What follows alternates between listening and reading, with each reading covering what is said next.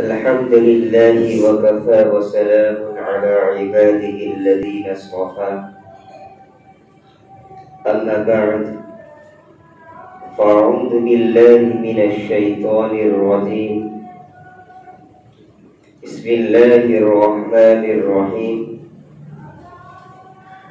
من كان يرجو لقاء ربه فليعمل عملا صالحا ولا يشرك بعبادة ربه أحدا صدق الله العظيم. قابل ست تکریم بزرگوں اور عزیز دینی بھائیوں، حق تعالی جل شانہ وعم نوالہ نے قرآن کریم کے اندر آخرت کے طلبگاروں کے لیے ایک قانون بتلایا ہے اور دنیا کے طلبگاروں کے لیے بھی ایک قانون بتلایا ہے.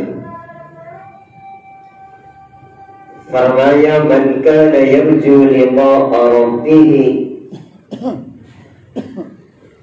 من کان یرید حرث الآخرۃ نزد له في حرثه ومن كان يريد حرث الدنيا نؤته منها وما له في الآخرة من نصيب. اللہ فرماتے ہیں جو آخرت کا طلبگار ہوگا ہم اس کی کھیتی کو بڑھائیں گے. نزد له في حرثه. اب کھیتی کیسے بڑھے گی؟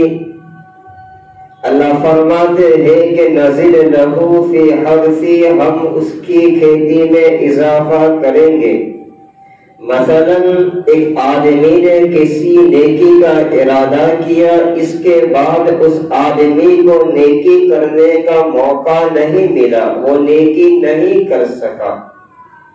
اس پر بھی حق تعالی جل شانہ ایک نیکی کا ثواب دے گا. اور اگر نیکی کا ارادہ کرنے کے بعد اس نے وہ نیکی کر لی تو ایک نیکی پر حق تعالی جل شانہ 10 گناہ سے 700 گناہ عطا کرے گا. من جاء بالحسنۃ فلہ عشر امثالها. پھر اللہ تعالیٰ چاہے تو اس میں اضافہ اور بڑھوتری کرتا رہے گا. واللہ یضاعف لمن یشاء. تو معلوم یہ ہوا کہ نیکی کا ارادہ کرنا بھی ایک نیک کام ہوا. آدمی صرف نیکی کا ارادہ کر لے وہ بھی نیک کام ہوا. اور اگر کوئی انسان برائی کا ارادہ کرتا ہے، گناہ کا ارادہ کرتا ہے، برائی کا ارادہ کرنے کے بعد اس نے برائی نہیں کی تو اس پر کچھ نہیں. ہاں، برائی کا ارادہ کرنے کے بعد اس نے وہ برائی کر لی تو ایک برائی کے بقدر اس کو ایک گناہ ہوگا. ومن جاء بالسیئۃ فلا یجزی الا مثلها. امام غزالی علیہ رحمہ نے لکھا ہے کہ کسی زمانے کے اندر قحط پڑا ہوا تھا، دکان پڑا ہوا تھا. انسان جانور بھی بھوک اور پیاس کی وجہ سے مر رہے تھے. اسی دوران ایک آدمی اپنے گھر سے باہر نکلتا ہے، راستے کے بیچ میں آتا ہے تو بیچ راستے میں وہ آدمی دیکھتا ہے کہ ریتی کا دگلا پڑا ہوا ہے، ریت کا ٹوٹا پڑا ہوا ہے. اس آدمی نے چلتے چلتے اپنے دل کے اندر یہ ارادہ کیا اور یہ نیت کی کہ کاش یہ ریتی کا دگلا گیہوں ہوتا، چاول ہوتا، غلہ ہوتا تو میں اس کو اللہ کی مخلوق پر خرچ کر دیتا. جو بھوکے ہیں ان بھوکوں کو یہ گیہوں اور چاول کھلا دیتا. یہ نیک ارادہ کرتے کرتے وہ آگے چلتا ہے. اللہ تعالیٰ نے وقت کے نبی پر وحی بھیجی اور یوں کہا کہ فلانے بندے کے پاس جاؤ، تمہارا امتی ریگستان کے اندر جا رہا ہے، ان کے پاس جا کر ان کو یہ میسج دے دو، یہ خوشخبری دے دو، یہ خبر دے دو کہ تم نے ابھی جو اللہ کے راستے میں صدقہ کیا تھا، اللہ کے راستے میں گیہوں خرچ کیا تھا، اس کے بقدر اللہ نے تمہیں اجر ثواب دے دیا۔ اب وقت کے نبی اس آدمی کے پاس جاتے ہیں، یہ میسج دیتے ہیں، یہ خوشخبری دیتے ہیں اور کہتے ہیں کہ تمہارا صدقہ اللہ نے قبول کر لیا۔ تو وہ آدمی کہتا ہے کون سا صدقہ؟ میں نے تو کوئی صدقہ نہیں کیا، میں خود صدقے کا مستحق ہوں، اور صدقے کی نیت سے میں گھر سے باہر نکلا تھا کہ کوئی آ کر مجھ پر خیرات کر دے، میں نے کوئی صدقہ نہیں کیا تھا۔ تو وہ وقت کے نبی بدلاتے ہیں کہ ابھی تو نے جو دل میں ارادہ کیا تھا، جو نیت کی تھی اور اچھا عزم کیا تھا کہ اگر یہ ریتی کا دیگلا گیہوں یا چاول یا گندہ ہوتا تو اس کو اللہ کے راستے میں خرچ کر دے گا، تو اس نیت کے مطابق اللہ نے تیرے کھاتے میں اتنا اجر ثواب لکھوا دیا، تیرے نامۂ اعمال میں اللہ کے راستے میں خیرات اور صدقہ کرنے کے بقدر اجر لکھوا دیا۔ تو میرے بھائیو، یہ ہے نزل لہو فی حرثی، جو آدمی آخرت کا طلبگار ہوتا ہے اللہ تعالی اس کی کھیتی میں بڑھوتری اور اضافہ کرتا ہے۔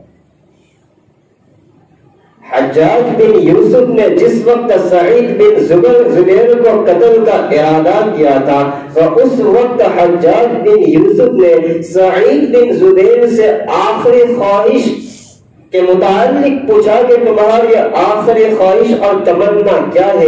تو سعید بن زبیر نے کہا میری آخری خواہش اور تمنا یہ ہے کہ مجھے 2 رکعت نماز پڑھنے کا موقع دیا جائے۔ تو حجاج بن یوسف ہنسنے لگا، اور جس جگہ کے اوپر یہ کھڑا تھا وہاں انسانوں کی کھوپڑیاں پڑی ہوئی تھی، انسان کے اعضاء کٹے ہوئے پڑے تھے، سر جسم سے باڈی سے الگ تھا۔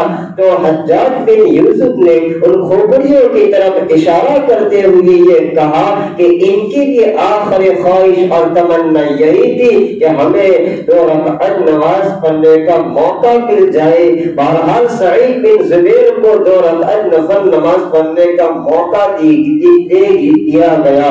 سعید بن زبیر نماز پڑھنا شروع کرتے ہیں اور جلدی جلدی نماز پڑھتے ہیں۔ حجاج بن یوسف نے دیکھا تو اپنے دل کے اندر یہ ارادہ کیا، خیال کیا کہ ایسا لگ رہا ہے کہ یہ موت کی وجہ سے جلدی جلدی نماز پڑھ رہا ہے، لگ رہا ہے کہ یہ ڈر گیا ہے۔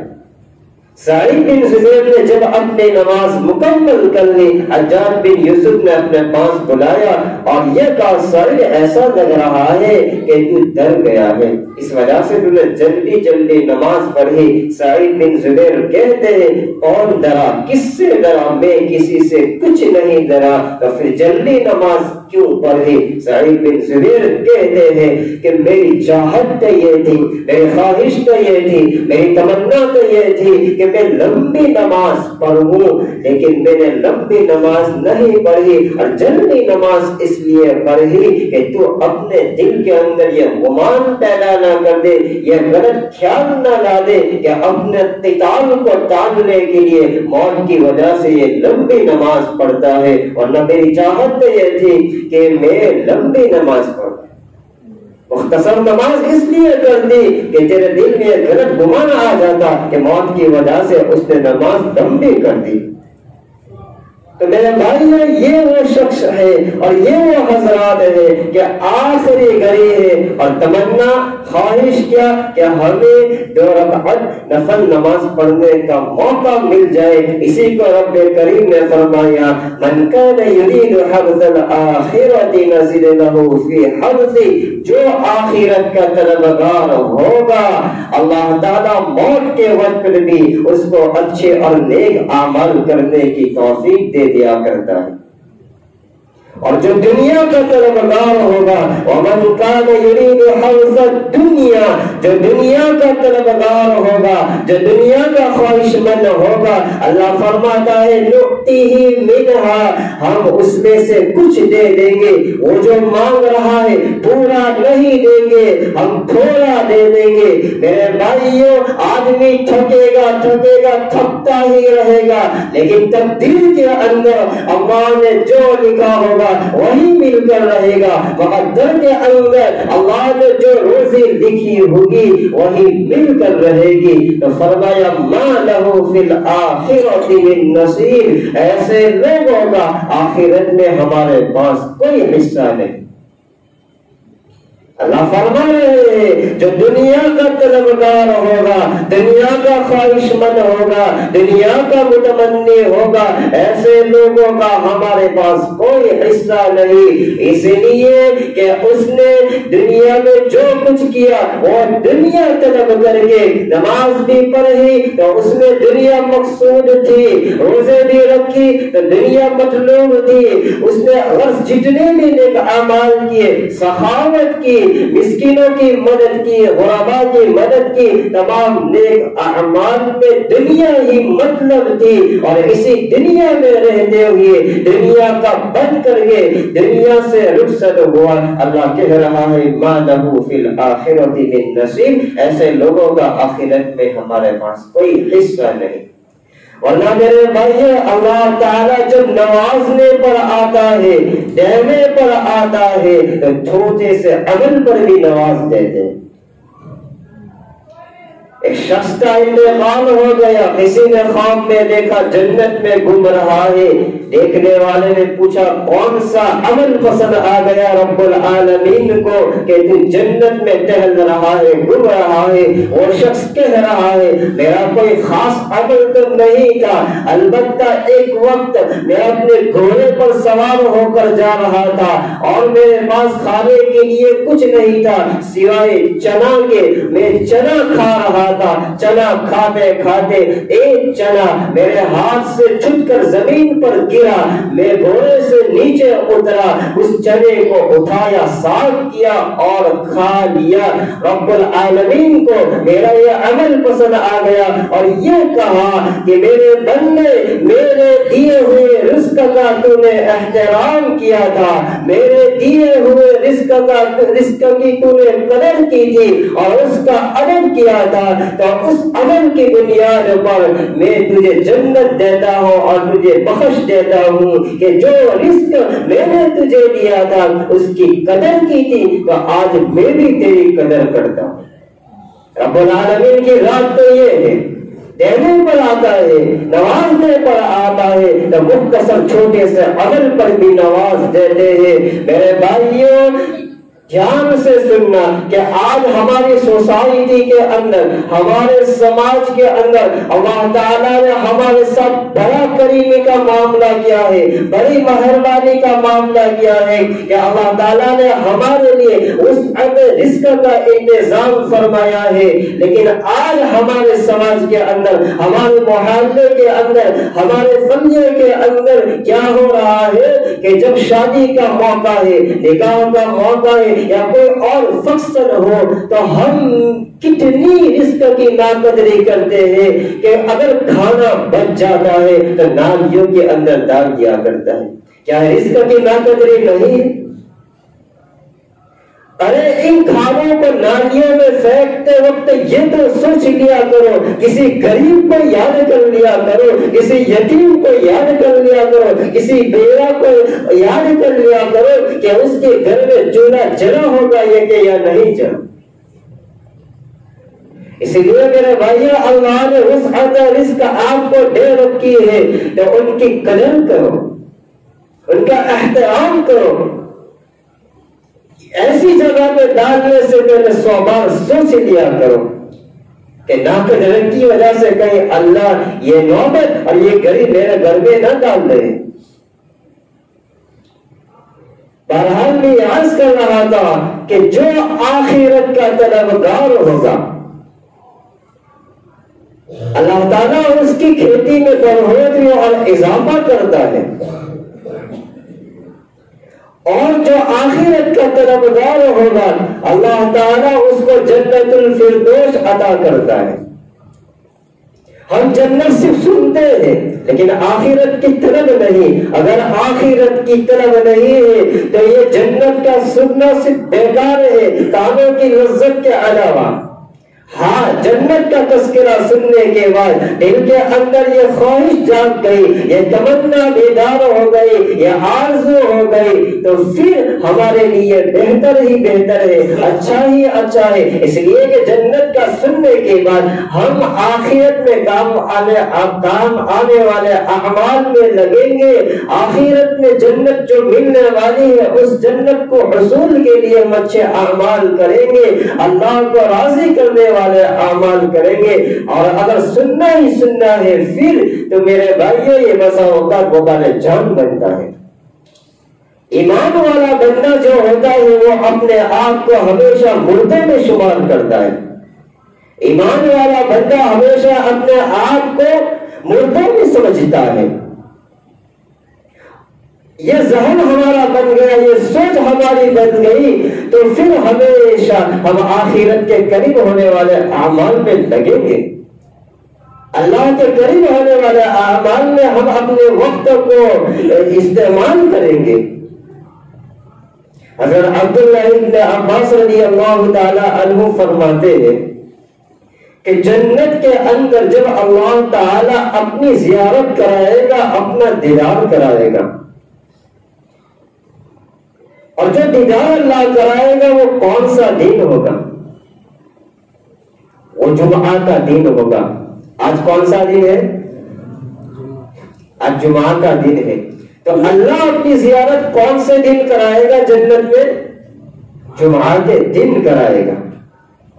تو سوال یہ ہے کہ سب سے آگے کون ہوگا زیارت کے وقت؟ اس لیے کہ وہاں تو اربوں خربوں انگنت انسان ہوں گے، انسانوں کا تھانے مارتا ہوا سمندر ہوگا۔ تو سب سے آگے کون؟ جیسے کچھ لوگ پہلی صف میں بیٹھے ہیں، اس کے بعد دوسری صف میں کچھ لوگ، اس کے بعد تیسری صف میں، جن کا جیسے نمبر لگا بیٹھ گئے۔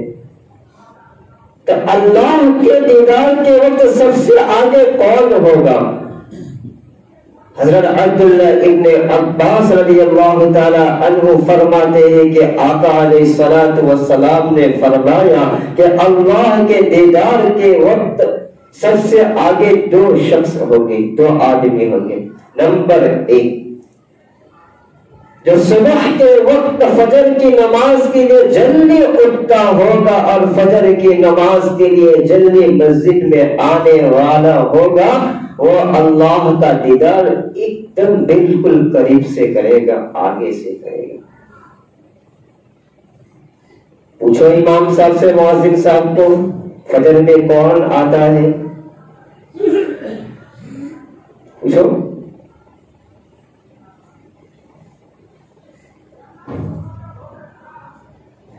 ایک اللہ والے فرماتے ہیں کہ امت مسلمہ کے اوپر، انسان کے اوپر عاجزی زیادہ پریشانی جو آتی ہے وہ فجر کی نماز چھوڑنے کی بنیاد پر۔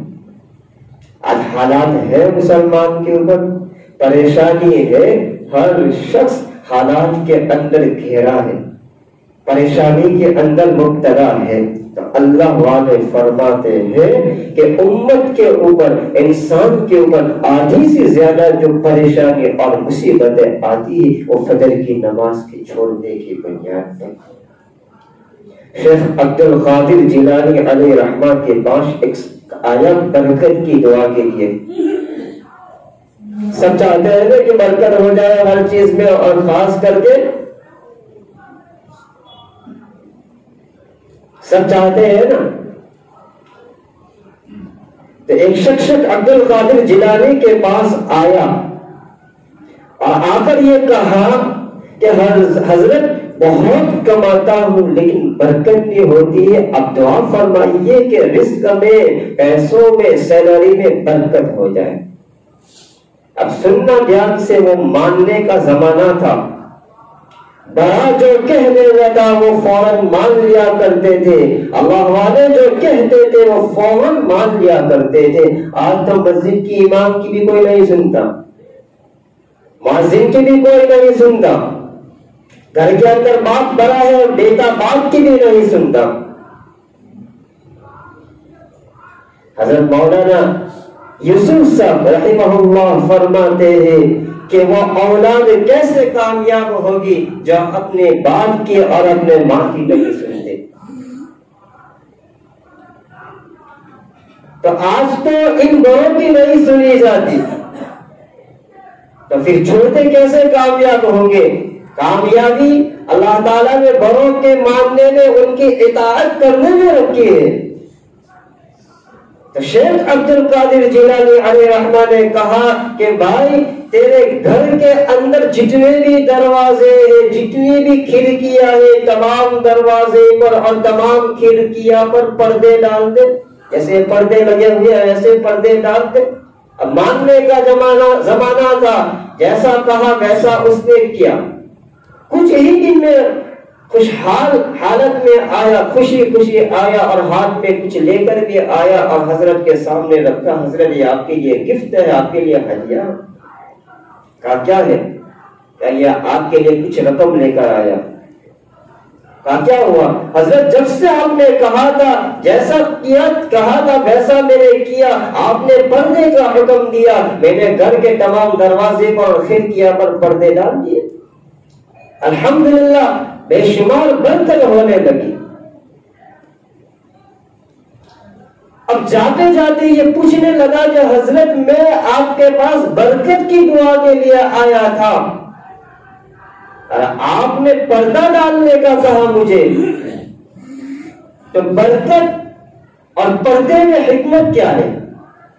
برکت کی دعا کے لیے آیا تھا میں، اور آپ نے پردے کا حکم دیا کہ دروازے پہ کھڑکیاں پہ پردہ لگا دے، تو برکت اور پردے میں کیا راز ہے؟ کہا کہ بھائی دراصل بات یہ ہے کہ تو برکت کی دعا کے لیے آیا تھا، لیکن میں نے تجھے پوچھا کہ گھر کے دروازے میں پردے ہیں یا نہیں، تو نے منع کیا، کھڑکیاں پر پردے لگائے ہیں یا نہیں، تو نے منع کیا۔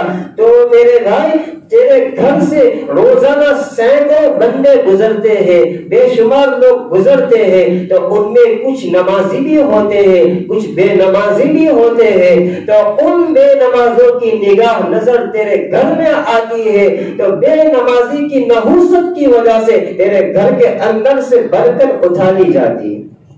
اب سوچو جس گھر کے اندر باپ بھی بے نمازی ہو، ماں بھی بے نمازی ہو، بیٹا بھی بے نمازی ہو، بیٹی بھی بے نمازی ہو، کیا وہاں نحوست نہیں اترے گی تو برکت اترے گی؟ کیسے برکت ہوگی؟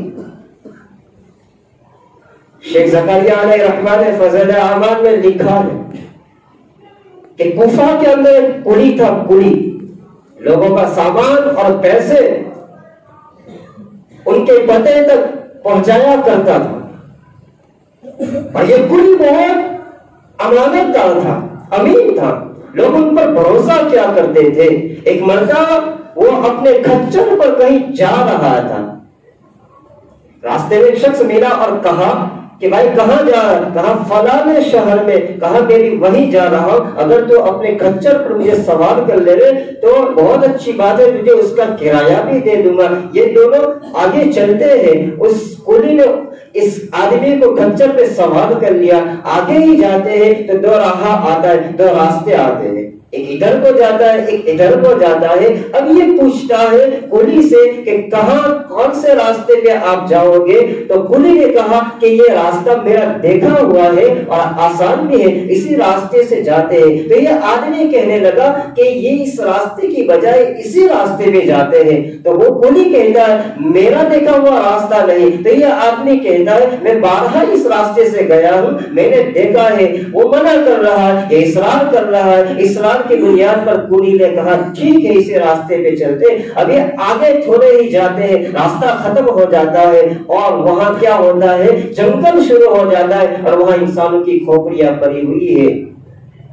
یہ آدمی کچر سے اترتا ہے، اپنے کمر سے خنجر کو نکلتا ہے اور کلی کو مارنے کا ارادہ بناتا ہے. کلی کہتا ہے، کیا کہتا ہے کہ بھائی تیرا مقصد اگر یہ خنجر اور سامان ہے تو لے لے، لیکن مجھے چھوڑ دے. تو یہ کلی یہ شخص کہتا ہے کلی سے کہ نہیں، سامان بھی بعد میں لوں گا، خنجر بھی بعد میں لوں گا، پہلا تیرا کام نپٹاتا ہوں، پہلے تجھے ختم کرتا ہوں، بعد میں یہ میرا ہی ہے. تو یہ کلی کہتا ہے کہ کوئی حرج نہیں، اگر تو مجھے مارنا ہی چاہتا ہے تو مارنا، لیکن مجھے 2 رکعت کی موقع دے دے. اس نے بھی یہی کہا. کیا بات، ان لوگوں کو بھی آخری خواہش اور تمنا یہی تھی. 2 رکعت نماز کا موقع دیا گیا کلی کو. اس نے قول مانا، سورہ فاتحہ ختم کی، اس کے بعد اس کو آگے کوئی سورت ہی نہیں آتی کہ پڑھے. بس بے چینی تھا، بے قرار تھا. اچانک اس کی زبان پہ آیت آتی ہے، امن یجیب المضطر اذا دعا. جب یہ آیت اس نے تلاوت کی، آسمان کے اوپر سے گھڑسوار آتا ہے اور اس شخص، ظالم شخص کے اوپر ایک نیزہ مارتا ہے اور اس کا کام وہاں تمام کرتا ہے. اور جہاں اس کی باڈی، اس کا سر گرتا ہے، وہاں سے آگ کے شعلے اٹھتے اور اس کو جلا کر راکھ کر دیتے. یہ کل فوراً سجدے میں جاتا ہے، اللہ کا شکر ادا کرتا ہے. نماز ختم ہونے کے بعد اس آنے والے شخص سے پوچھتا ہے گھڑسوار سے، بھائی تو کون ہے؟ تو یہ کہتا ہے، ام میں یجیب المضطر، کا میں غلام ہوں. انسان کیسی بھی پریشانی کے اندر کیوں نہ ہو، کیسے بھی حالات میں کیوں نہ ہو، کیسے بھی بے چینی کا عالم میں کیوں نہ ہو، کیسے بھی حالت اس کے اوپر کیوں نہ آئے، لیکن سچے دل سے اچھے سے وضو کر کے رب تبارک و تعالیٰ کی بارگاہ میں جاتا ہے اور سجدے کے اندر اپنے سر کو رکھتا ہے اور پھر کہتا ہے، رب کریم یہ حالات آئے ہیں، یہ پریشانی آئے، تیرے علاوہ کوئی دور کرنے والا نہیں. قرآن میں تو نے فرمایا، یا ایھا الذین آمنوا استعینوا بالصبر والصلاۃ. اللہ کہتا ہے، ایمان والو تمہارے اوپر مصیبت آئے تو کیا کرو، آمنوا استعینوا، میری مدد طلب کرو. کس کے ذریعے؟ صلاۃ، نماز کے ذریعے اور صبر کے ذریعے. تو میرے بھائیوں، ہماری پریشانی کا حل اللہ نے بتایا ہے. اللہ کہتا ہے ایک جگہ، وَمَن يَجْعَلِ اللَّهُ يَجْعَلْ لَهُ مِنْ أَمْرِهِ يُسْرًا. ہر شخص کہتا ہے کہ مولانا کام رکے ہوئے، بندش ہوئی ہے، کام ختم ہی نہیں ہو رہے ہیں، کچھ نہ کچھ رکاوٹ آ جاتے ہیں. اللہ کہہ رہا ہے، وَمَن يَجْعَلْ لَهُ مِنْ أَمْرِهِ يُسْرًا، تمہارا رکا ہوا کام میں آسانی پیدا کر دوں گا. شرط کیا ہے؟ وَمَن يَتَّقِ اللَّهَ يَجْعَلْ لَهُ مَخْرَجًا. اللہ کہہ رہے کہ تم تقوی اختیار کرو. تو بہرحال میرے بھائیوں، انسان صدق کے دل سے اور سچے دل سے نماز پڑھے گا اور نماز کا اہتمام کرے گا اور اس نماز کو اتنی اہم اور ضروری سمجھے اپنے لیے، جس طریقے سے زندگی گزارنے کے لیے ہم پانی اور غذا کو ضروری سمجھتے ہیں، ہم نماز کو ضروری نہیں سمجھتے. رب تبارک و تعالیٰ حکم ہے، پوچھا جائے گا. سب سے پہلے ایمان کے بعد قبر میں جانے کے بعد نماز کا سوال ہوگا ہمیں. اس کی طرف ہماری کوتاہی ہے، لاپرواہی ہے. تو بہرحال میں یہ عرض کر رہا تھا کہ اللہ کی زیارت کون کرے گا؟ سب سے پہلا شخص جو فجر کی نماز میں جلدی آتا ہوگا. نمبر 2، آقا علیہ الصلوۃ والسلام نے فرمایا کہ جو جمعہ کے دن جمعہ کی نماز کے لیے سب سے پہلے اور سب سے جلدی مسجد میں آنے والا ہوگا. کون سے دن؟ جمعہ کے دن جمعہ کی نماز کے لیے جلدی مسجد میں آنے والا ہوگا، وہ اللہ کی زیارت سب سے آگے سے کرے گا. چاہتے ہو نا جمعہ کے دن اللہ کی زیارت جمعہ کے دن ہوگی، زیارت کرنا چاہتے ہو تو ان دونوں چیزوں پہ عمل کرو کہ نمازوں کا اہتمام اور خاص کر کے جمعہ کی نماز کے لیے جلدی آیا کرو. تو اللہ کی زیارت سب سے آگے سے کرے گا. میرے بھائیوں، پتہ نہیں کب بلاوا آ جائے. آج مسلمانوں کا وقت ضائع ہو رہا ہے. حضرت عبداللہ ابن مسعود رضی اللہ تعالی عنہ کا ایک قول مجھے یاد آ گیا. وہ فرماتے کہ سب سے برا انسان مجھے وہ لگتا ہے. کیا فرمایا؟ انی لاکرہ الرجل اذا کان فارغا لا من امر الدنیا ولا من عمل الاخرہ۔ حضرت عبداللہ ابن مسعود فرماتے کہ سب سے برا انسان مجھے وہ لگتا ہے جو نہ دین کا کام کرتا ہے، نہ دنیا کا کام کرتا ہے، نہ قوم و ملت کا سرمایہ بنتا ہے، اپنی زندگی کو بغیر مقصد کے گزار رہا ہے۔ آج امت مسلمہ اپنی زندگی کو بغیر مقصد کے گزار رہی ہے۔ امام غزالی علیہ رحمہ اپنے ایک طالب علم کو نصیحت کرتے ہیں اور فرماتے ہیں عقوبتہ تبارک و تعالی، اللہ تعالیٰ کی سزا کس میں؟ اس دنیا کے اندر۔ آخری بات میرے بھائیو، امام غزالی فرماتے ہیں کہ اس دنیا کے اندر اللہ تعالیٰ کی سزا، کیا سزا؟ کس گناہ کی بنیاد پر؟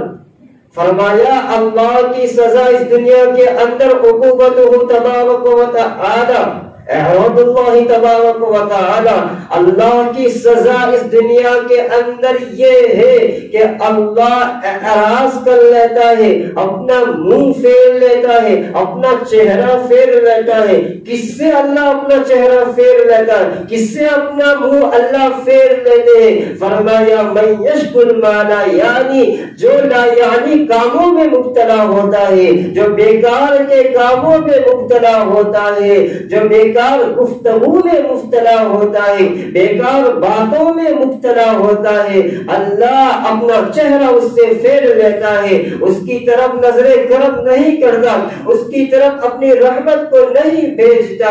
آج امت لا یعنی باتوں میں مبتلا ہے، امت بیکار کے کاموں میں مبتلا ہے، واٹس ایپ پر بیکار باتوں میں پڑی ہوئی ہے، فیس بک پر بیکار باتوں میں پڑی ہوئی ہے، فون پر بیکار باتوں میں پڑی ہوئی، گھنٹوں باتیں ہوتی ہے اور کام کا اس میں کچھ نہیں ہوتا۔